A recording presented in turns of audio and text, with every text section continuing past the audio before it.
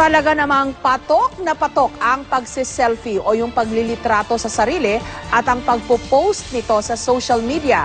Alam na alam po ng nakararami ang salitang ito. Katunayan, tumaas ng 17,000% ang paggamit daw ng katagang selfie ngayong taon lang. Kaya naman itinanghal ng Oxford Dictionary o Dictionaries ang salitang selfie bilang 2013 Word of the Year. May report si Cesar Apolinario. Kung ang pinakasikat na trend sa social media ang pag-uusapan, wala na nga sigurong tatalo sa pagse-selfie-selfie dyan.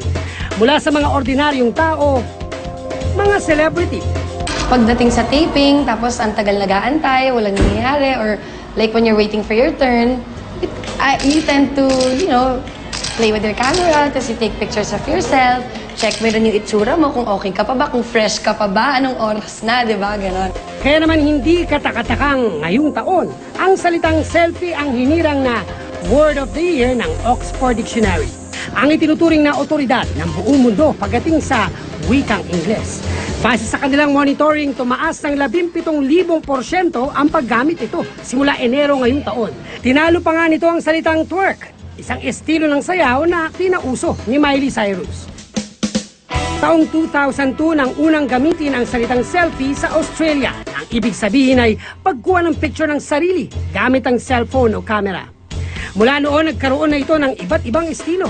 Nariyan ang pouty lips, duck face, against the mirror, OOTD o outfit of the day, at ang tingin sa kawalan.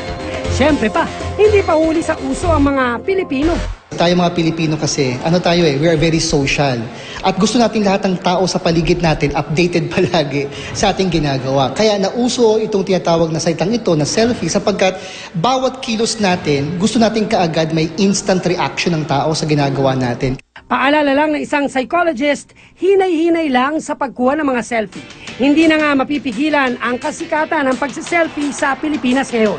Sa sobrang pagkahumaling ng maraming Pinoy rito, ginawan pa ito ng kanta. Ang selfie din pag may time. Cesar Apolinario, GMA News.